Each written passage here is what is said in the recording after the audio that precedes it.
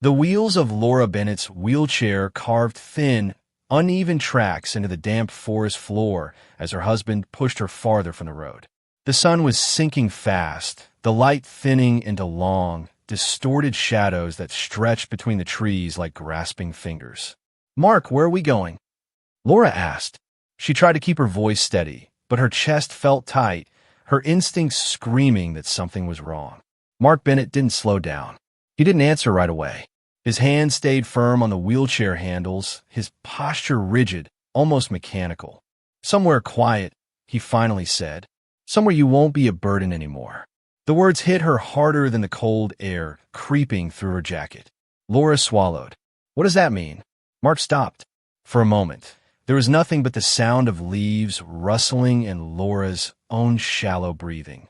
Then he stepped around the wheelchair and looked down at her. Not with anger, not with sadness, but with a flat detachment that terrified her far more. "I've tried," he said. "I really have. But this isn't the life I signed up for." Laura stared at him, searching his face for a crack, some sign of hesitation, guilt, anything human. She found none. The forest seemed to close in around them. Tall trees blocked the last strips of daylight. The air smelled of damp earth and decaying leaves. Laura realized with a jolt that she couldn't see the road anymore. "Mark," she whispered, "you're scaring me." He turned away without responding. Mark opened the SUV and pulled her wheelchair from the back with brisk efficiency.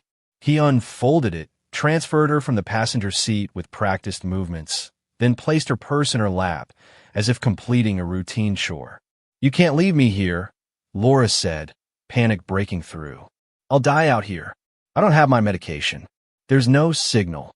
Mark reached into the car again and tossed a small duffel bag at her feet. It landed crookedly against the wheel. "There's water, a blanket, a flashlight," he said. "That's more than enough." Tears streamed down Laura's face now, unstoppable. "Please, whatever's wrong, we can fix it. We've fixed things before." For a fraction of a second, something flickered in his eyes. Then his phone buzzed. Mark glanced at the screen, and whatever hesitation might have existed vanished instantly. "Sophie's waiting for me," he said. "We're starting over." Laura felt the world tilt. "You're leaving me for her?" "I'm choosing a life that still makes sense," Mark replied. "Goodbye, Laura." She screamed his name as he climbed back into the SUV. Her voice echoed through the trees, raw and desperate, but it meant nothing. The engine started. The headlights swept briefly across her face, illuminating tears, fear, disbelief. Then the car reversed and disappeared down the narrow forest path. The red glow of the taillights faded until there was nothing left but darkness. Laura was alone. Her hands shook as she grabbed her phone and tried to call for help. No service. The screen mocked her with those two empty words. "This can't be happening," she whispered. "He wouldn't really do this." But the forest offered no comfort. No answer. The temperature dropped quickly. Her jacket wasn't enough. The ground beneath her wheels was uneven, tangled with roots and fallen branches.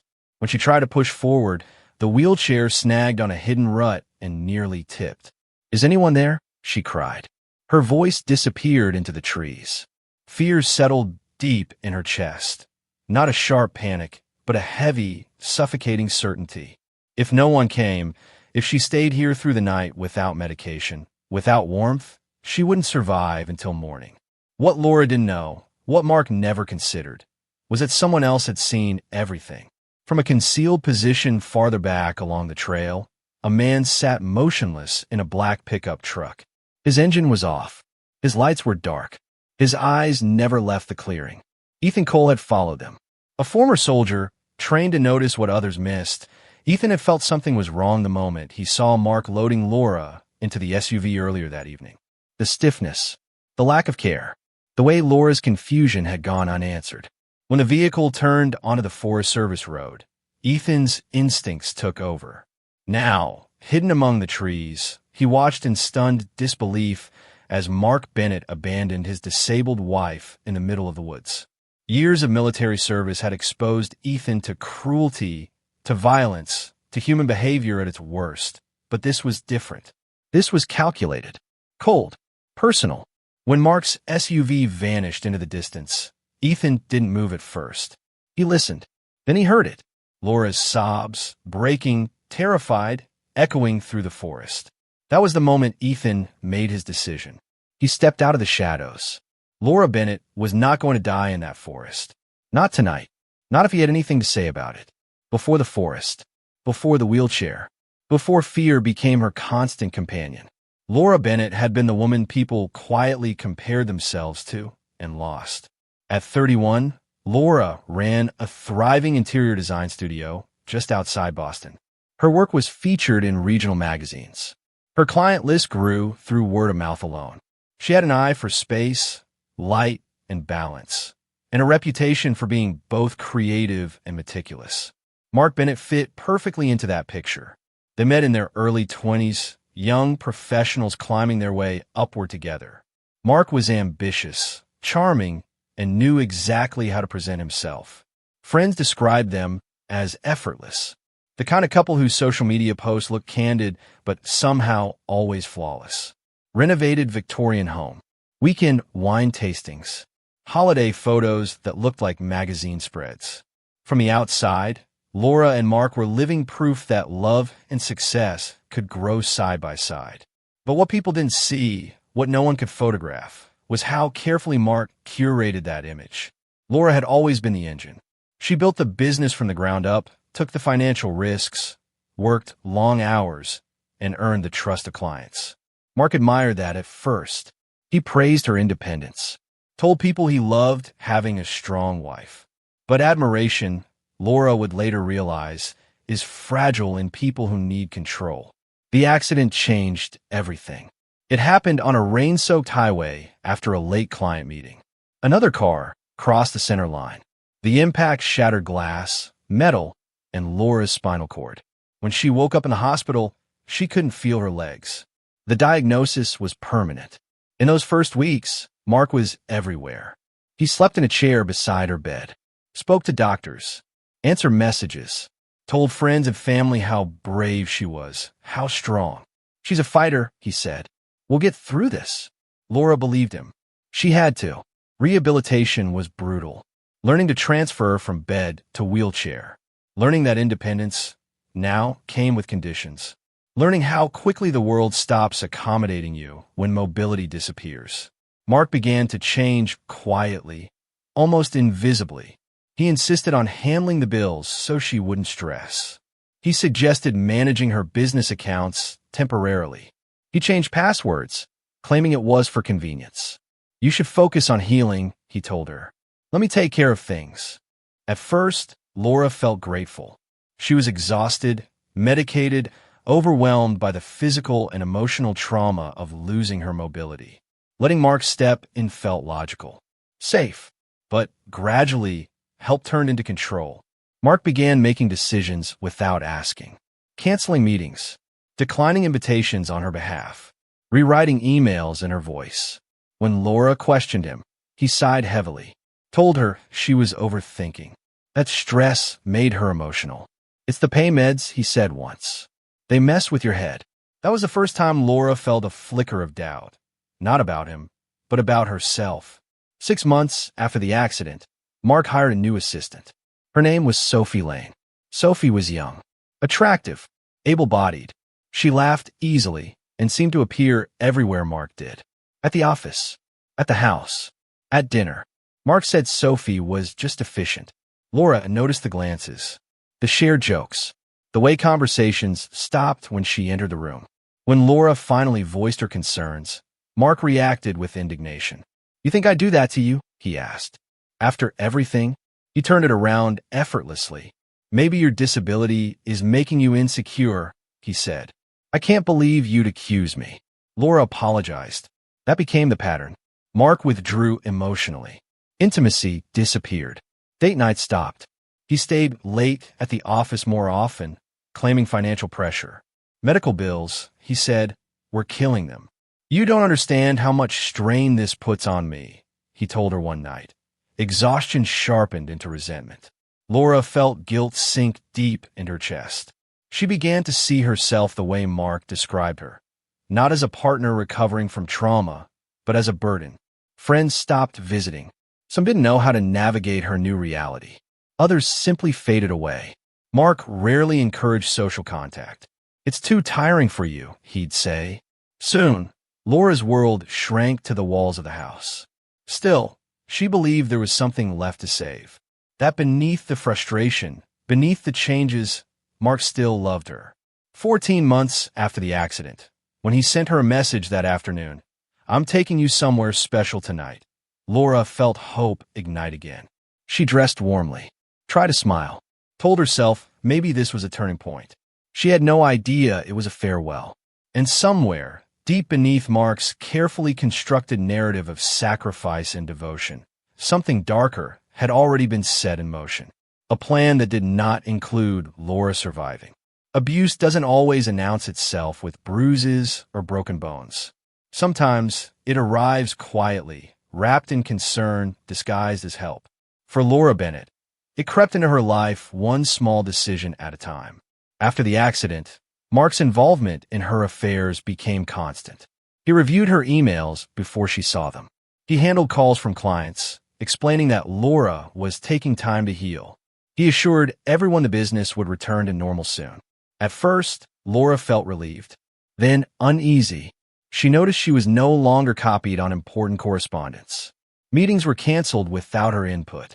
Projects she had nurtured for years disappeared from the schedule. When she questioned Mark, he sounded wounded. "Do you know how much pressure I'm under?" he asked. "I'm trying to save what we built." The implication was clear. If she pushed back, she was jeopardizing everything. The control extended beyond the business. Mark changed her phone passcode. He said it was because her fingers were slower now, less precise. He reset her email passwords for security. When Laura asked for access, he reminded her how much she trusted him. "Why would you need it?" he asked gently. "I'm right here." It sounded reasonable. It felt suffocating. Laura began to notice how often Mark framed decisions as necessities rather than choices. The tone shifted subtly, but consistently, from partnership to authority. "You shouldn't go out today. That place isn't accessible enough. Your friends don't understand your limitations." When Laura protested, Mark sighed. He told her she was being difficult, that she was letting frustration cloud her judgment. "This isn't who you used to be," he said once. "You're not thinking clearly." The words lodged in her mind like a splinter. Isolation followed. Friends called less frequently. Invitations stopped coming.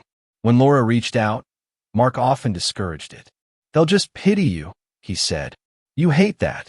Eventually, Laura stopped trying.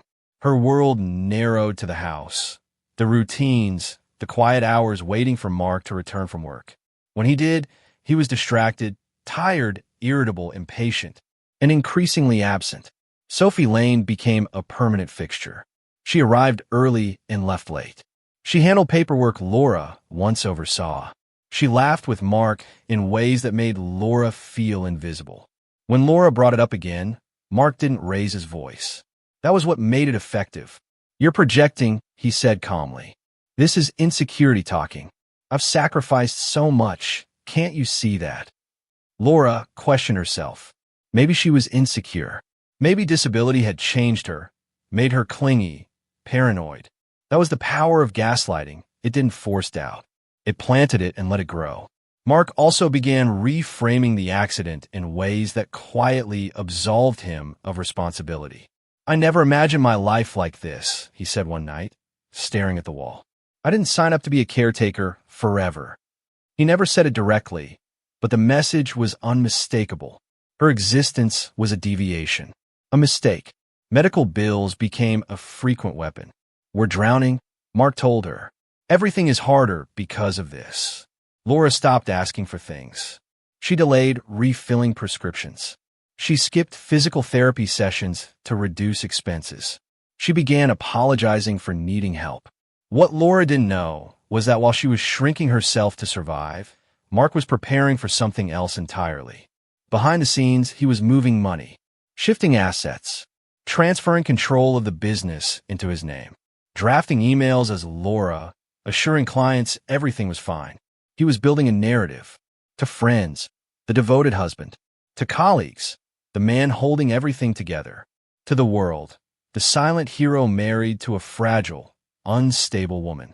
And Laura, cut off from accounts, isolated from allies, uncertain of her own judgment, had no way to see it happening. But somewhere, deep down, a quiet alarm still sounded. A feeling she couldn't explain. A sense that she was being erased from her own life.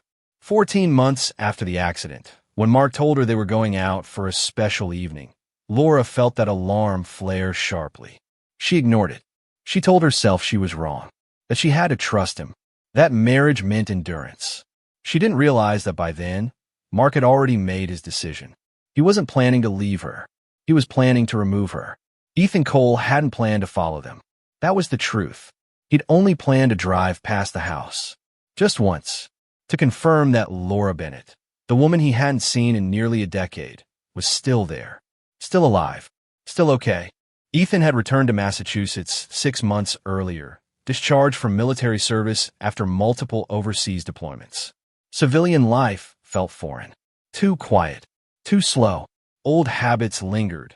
Hyper-awareness, pattern recognition, the inability to ignore things that didn't add up. Laura's life didn't add up. Her social media had gone silent years ago. No photos. No posts. Just the occasional update from her husband, Mark, always praising her strength, always speaking for her. Ethan told himself it meant nothing. Until that evening. He was slowing near the curb when he saw Mark helping Laura into the SUV. Not gently. Not cruelly either. Just efficiently. Like moving cargo. Laura's face looked confused, hesitant. She glanced back at the house as if unsure she'd return. Ethan felt it immediately. That cold pressure behind her ribs. That instinct that had kept him alive in places most people never saw. Something was wrong. When Mark pulled away, Ethan waited a full minute before following, keeping his distance, matching turns, letting the city fall behind them.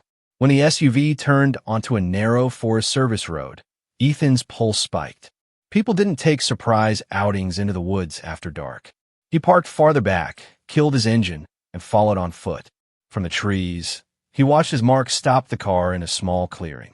Watched him unload the wheelchair. Watched him say something that made Laura's shoulders collapse inward. Then he watched Mark get back into the SUV and leave. Ethan stood frozen as the red taillights vanished into the darkness. His training screamed at him to act, but also to assess. Intervening too soon could spook Mark into returning. Waiting could mean Laura didn't survive. He listened. That's when he heard it. Laura's sobs. Raw. Broken. The sound of someone realizing the person they trusted most had just decided they were disposable. That was enough. Ethan stepped out of the shadows. Laura heard the twig snap before she saw him. Her heart raced as she turned her phone's weak flashlight toward the sound. "Hello," she called. "Is someone there?" The beam caught a tall figure emerging from the trees. Broad shoulders, controlled movements, face half hidden beneath a hood. For a split second, fear surged through her. Then the man stepped closer. "Laura," he said gently. Her breath caught. "Ethan." He knelt beside her wheelchair immediately, eyes scanning her condition with quick precision. No panic. No hesitation. "Are you hurt?" he asked. The words shattered what little composure she had left. "He left me," she cried. "He left me here. He wanted me to die." Ethan's jaw tightened. "I know," he said quietly. "I saw it." Confusion flashed through her tears. "You saw." "I followed the car," he explained. "I had a bad feeling. I wasn't wrong." There was no time to explain more. The temperature was dropping fast. Laura was shaking violently now, not just from cold, but from shock. "No signal," she whispered. "No meds." Ethan shrugged off his jacket and wrapped it around her shoulders. "We're getting you out of here." She looked at the uneven ground, the wheelchair half sunk into leaves and roots. "I can't." "I know," he said. "I'm going to carry you." He didn't wait for permission. With practiced care, he lifted her, one arm under her knees, the other behind her back, secure, steady, controlled. The kind of carry used for wounded soldiers under fire. "I'll come back for the chair," he added. "You're the priority." As he moved through the forest, Laura felt something she hadn't felt in months. Safety. She clung lightly to his shoulder, listening to his breathing, feeling the strength in his steps. The surreal reality of it all pressed in. Her husband had abandoned her, and the man she once loved was carrying her through the dark to save her life. "How did you know?" she asked quietly. "I didn't," Ethan replied. "I trusted my instincts." They reached his truck, a black pickup parked discreetly off the road. He settled her into the passenger seat, buckled her in, then wrapped the blanket tighter around her. "Where are we going?" Laura asked. "I have a cabin nearby," Ethan said as he started the engine. "It's safe, warm. We'll figure out the rest once you're stable." As the truck rumbled to life and the headlights cut through the darkness, Laura looked at him. Older, more weathered, eyes marked by things she couldn't imagine. The past had brought them here, but whatever waited ahead would be different. Behind them, the forest closed in again, silent, indifferent, keeping the secret of the man who thought he could erase his wife and walk away. The cabin was small, quiet, and deliberately isolated, exactly what Laura Bennett needed. Ethan moved with calm efficiency, building a fire, turning on the heater, laying blankets across the couch. Nothing in the space was decorative. Everything had a purpose, the kind of order that came from a life spent preparing for emergencies. Laura sat wrapped in layers, hands still trembling as warmth slowly returned to her body.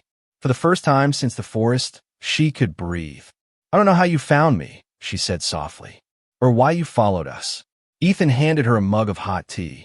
"I trusted my instincts," he repeated, "and they told me something was wrong."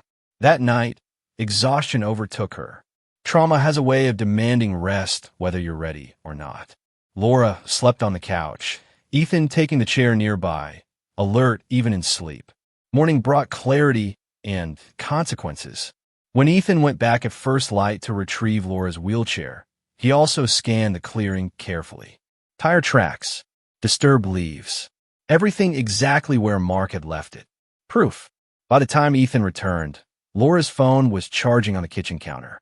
As it powered on, notifications flooded the screen. Missed calls, voicemails, text messages, all from Mark. The first message made her stomach turn. "Laura, I'm sorry things got emotional last night. You need to come home. Sophie and I are worried about you." The next blamed her condition. "You've been under so much stress. You said you wanted space. I just gave you time to cool off." Then panic crept in. "Where are you? I came back and you weren't there." And finally, control. "I've reported you missing. The police are looking for you. I told them you've been struggling emotionally." Laura's hand shook. "He's rewriting what happened," she whispered. "He's doing more than that," Ethan said grimly. "He's building a defense." They didn't go to the police right away. Not yet. Instead, they made a plan. Laura remembered an old email account Mark didn't know about. It still worked. Inside were backups of business documents, original contracts, design files, correspondence that proved the company was hers long before Mark took over. The pieces began to align. Ethan contacted a former colleague, Ryan Mercer, now a private investigator specializing in domestic abuse and financial exploitation. Ryan listened once, then said something Laura hadn't heard in months. "This wasn't impulsive," he said. "This was prepared." Ryan brought in Helen Tran, an attorney with experience in disability rights and coercive control cases. She reviewed the evidence and didn't hesitate. "What your husband did in that forest qualifies as attempted murder," Helen said. "Abandonment of a disabled person without means of survival isn't neglect. It's intent." While Laura stayed hidden, Mark went public. Local news ran segments on the missing wife. Mark gave interviews, eyes red, voice breaking as he spoke about his fragile spouse. "She's been depressed," he told cameras. "I'm just afraid she hurt herself." The narrative was clear. Devoted husband, unstable wife. Exactly the story he'd been building for months. Detective Maria Lopez entered the picture quietly. A veteran investigator known for cutting through manipulation, she agreed to review the evidence off the record. The financial transfers, the emails Mark had written posing as Laura, the timeline. "This is premeditation," she said flatly. "And he's panicking." With Lopez's guidance, they waited just long enough.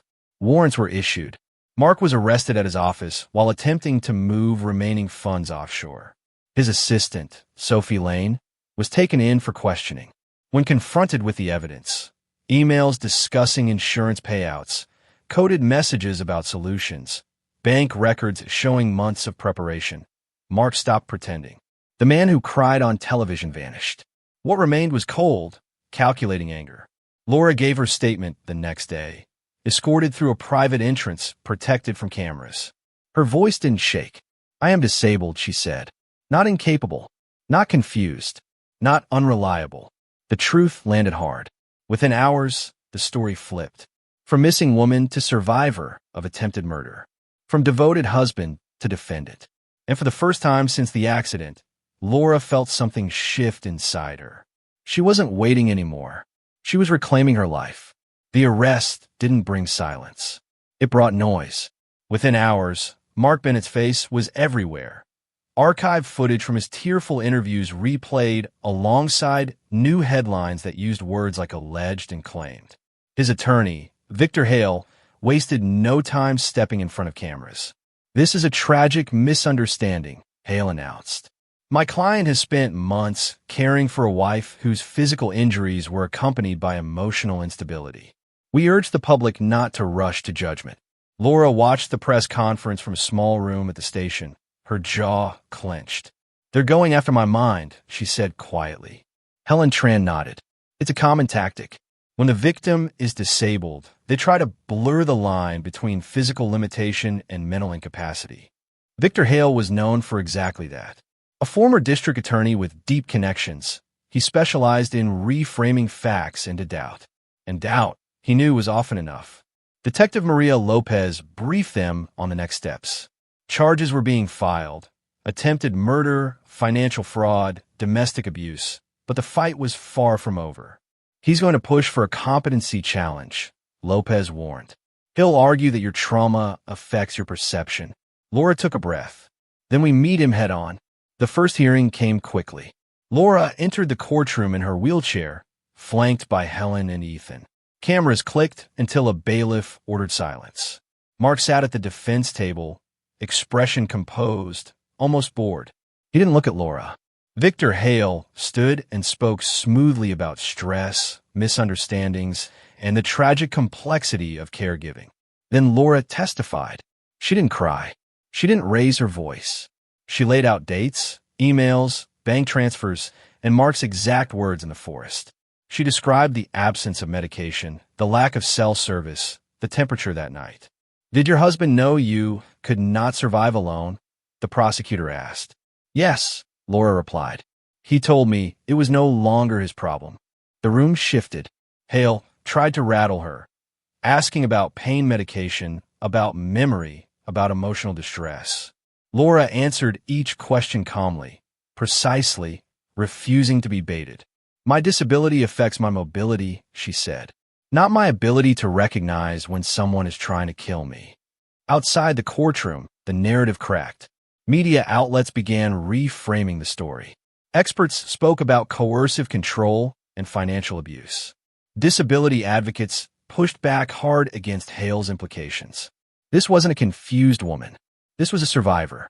Sophie Lane accepted a plea deal days later, trading testimony for a reduced sentence. Her emails filled in gaps, insurance discussions, contingency plans, Mark's obsession with clean exits. The forest had been one option, not the first. Mark's composure finally slipped. During a recorded jail call, he ranted about betrayal, about how Laura ruined everything by surviving. The call became evidence. The prosecution's case solidified. Still, the process took its toll. Laura struggled with exhaustion, flashbacks, and the relentless pace of hearings. Ethan never pushed, never hovered, but he was always there. A steady presence in a storm designed to destabilize. One evening, after a particularly brutal hearing, Laura said something that surprised even herself. "I don't want to just win," she said. "I want to make sure this never happens to someone else." Helen smiled softly. That mindset is why this case matters. As the trial date was set, Laura felt something unfamiliar settle in. Not fear, resolve. Because for the first time since the accident, she wasn't defending herself against doubt. She was standing on truth. And the system, slow, imperfect, but finally listening, was starting to respond. The courtroom felt smaller than Laura Bennett remembered. Not because the room had changed, but because everything else had fallen away. This was it. Weeks of motions, depositions, expert testimony, and character assassinations had led to this moment. Laura sat in her wheelchair at the front row, hands folded in her lap, her posture straight. Ethan sat beside her, silent and steady. Across the aisle, Mark Bennett stared forward, jaw tight, eyes empty. Victor Hale leaned in close, whispering strategy, already preparing for whatever came next. The prosecution began by dismantling the defense's final illusion. They walked the jury through the timeline. Bank transfers months before the forest. Emails discussing long-term solutions.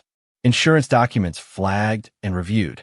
Sophie Lane's testimony, halting but damning, describing conversations where Mark spoke of Laura not as a wife, but as a problem to be solved. Then came the forest.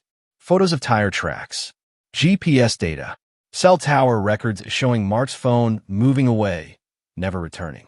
Medical experts explained what exposure without medication would have done to Laura by morning.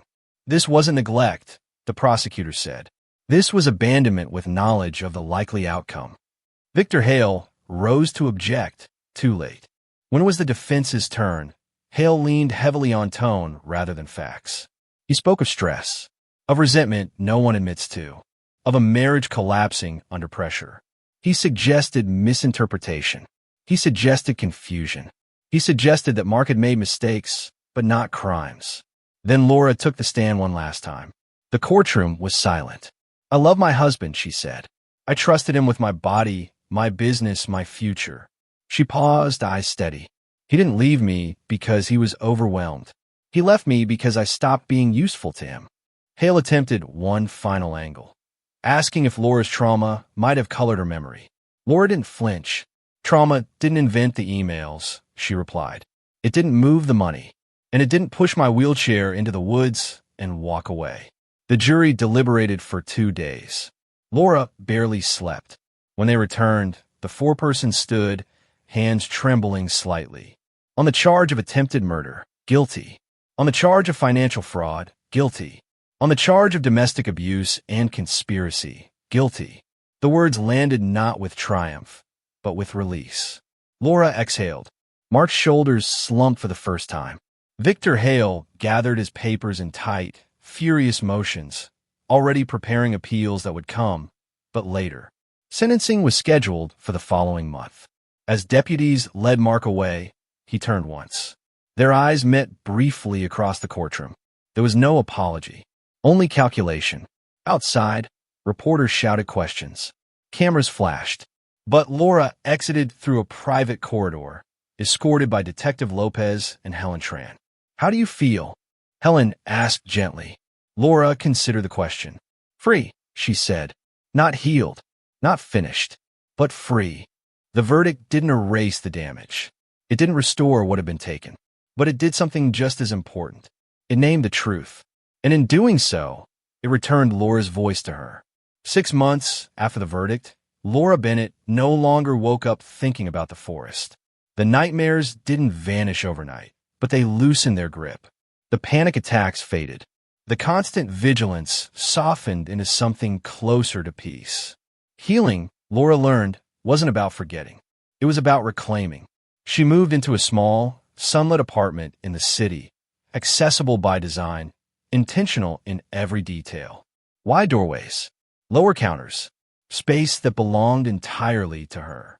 No explanations required. The old house, the one she'd shared with Mark, was sold.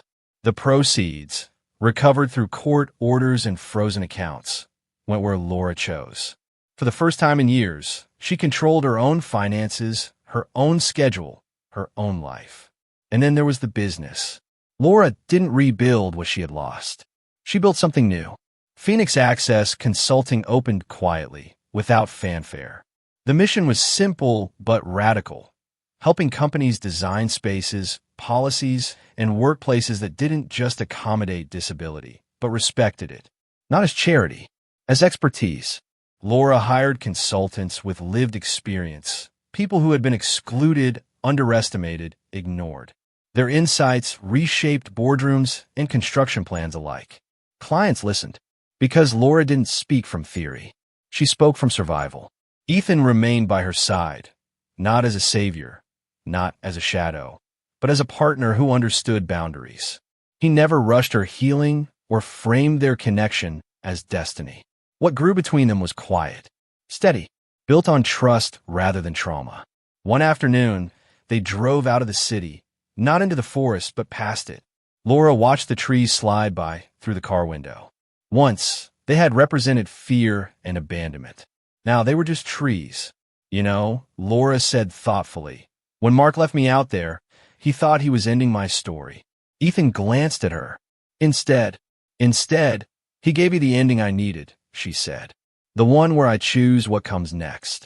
Ethan smiled, not with triumph, but recognition. Because survival wasn't the climax. Self-determination was. At a conference months later, Laura spoke to a room filled with architects, executives, and advocates. She didn't recount the details of the crime. She didn't need to. I am disabled, she said plainly.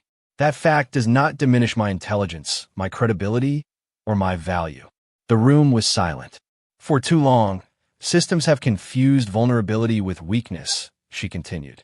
But vulnerability is simply the place where truth lives. After the applause faded, Laura wheeled herself off stage, lighter than she had ever felt. That night, she sat by her apartment window, city lights glowing beyond the glass. She thought of the woman she had been, isolated, doubting, shrinking to survive, and of the woman she had become. Not rescued, reclaimed. The forest no longer defined her. The wheelchair did not limit her. Her story did not end where someone else decided it should. It continued on her terms. And this time, Laura Bennett was the one holding the pen.